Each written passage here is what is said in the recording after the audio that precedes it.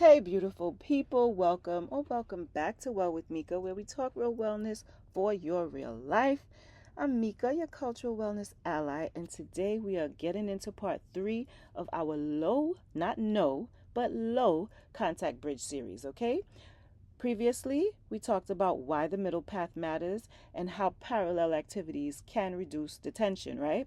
So today we're going to get into something crucial, and that is how to know if repair is actually possible. Because yes, I talk about building bridges, but we got to know if this bridge is worth building, okay? Are we building this bridge together or what? And we're going to call it is called the reciprocity test, all right? Because there's a hard truth here that we have to face. It takes two people. All right? It's always two people. It ain't just me walking and you kicking your feet up watching me. No, we're not doing that. You can try all the strategies, do all the work, extend all the olive branches. But if the other person won't meet you halfway, no, repair is not possible. I'm sorry. I will never advocate for you to be bending over backwards when the other person is not meeting you halfway. It's unfair. And yes, it can be heartbreaking, but that's important information that you have to take in and then act accordingly.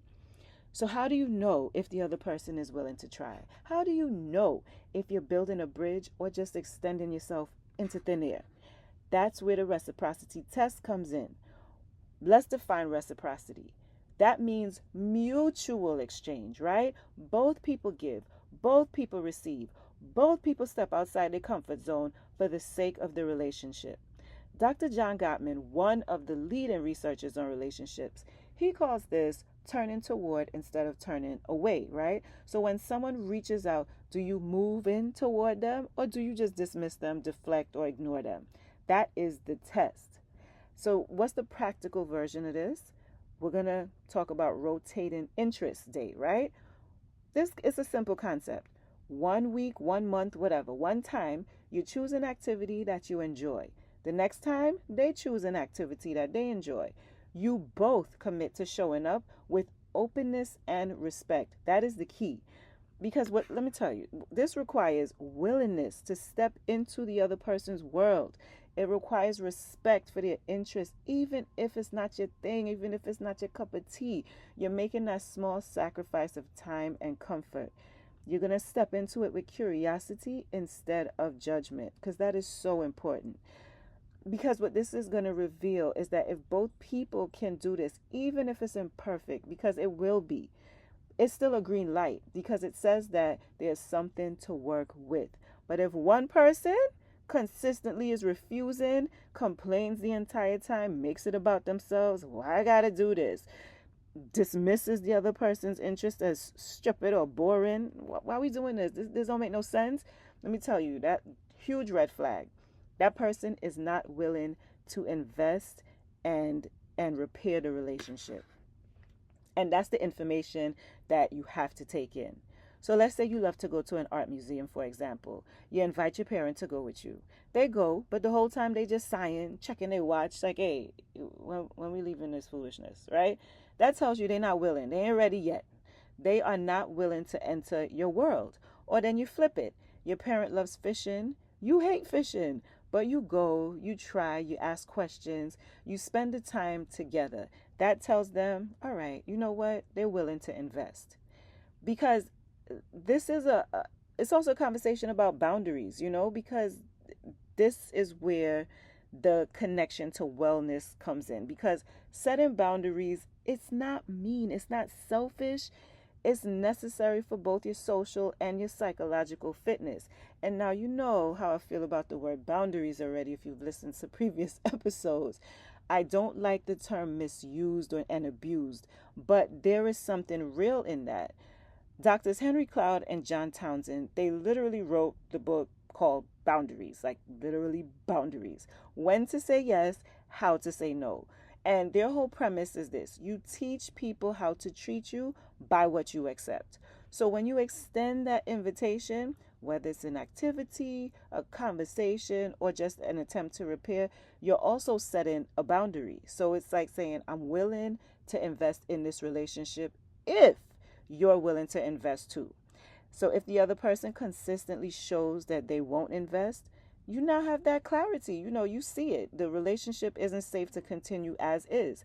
And that's when you get to make a choice.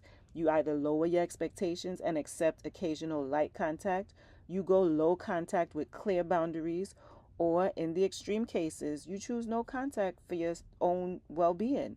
None of these are failures, they're just informed decisions based on the real work and the real data about whether mutual respect exists, because that's what relationships are built on. You have to have that mutual respect, right?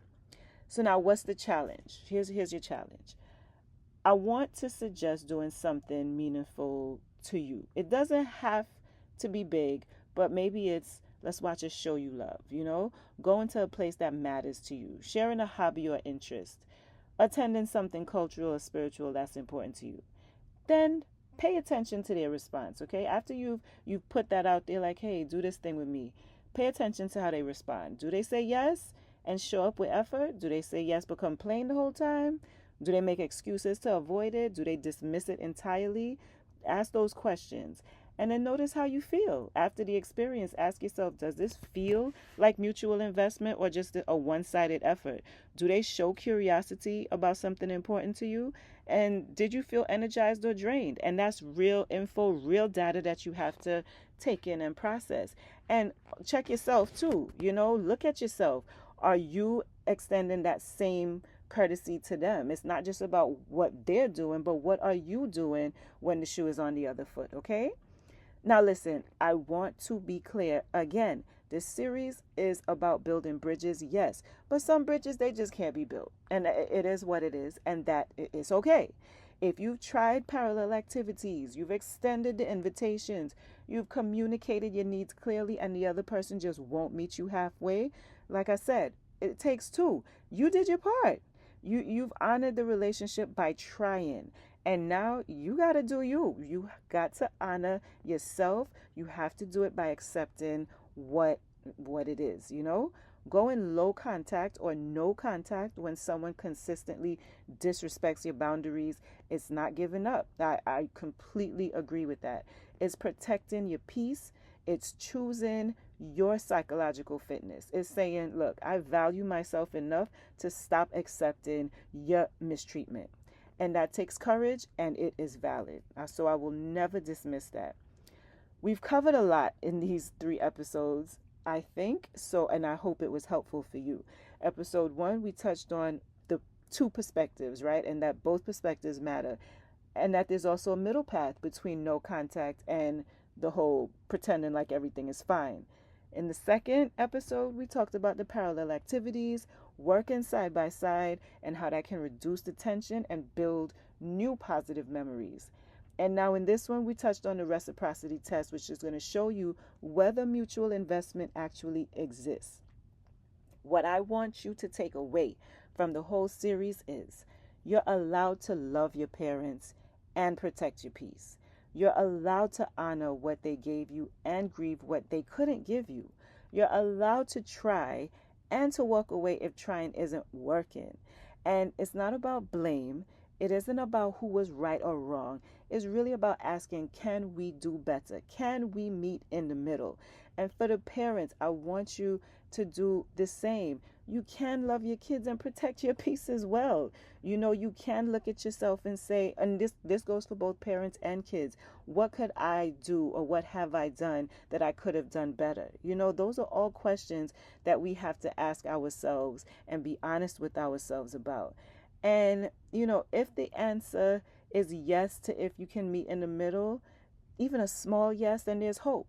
If the answer is no, and you did the work, you gave it your best, then you can now move forward with clarity. And either way, you're honoring both the relationship and yourself.